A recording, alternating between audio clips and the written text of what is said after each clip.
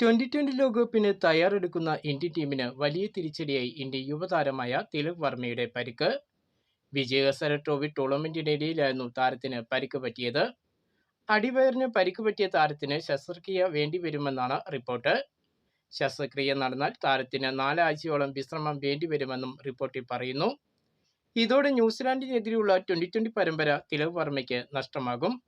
കൂടാതെ അടുത്ത മാസം 2020 ലോകകപ്പ് ആരംഭിക്കാനിരിക്കെ ഇന്ത്യയുടെ ഗ്രൂപ്പ് ഘട്ട മത്സരങ്ങളും താരത്തിന് നഷ്ടമാകാനാണ് സാധ്യത.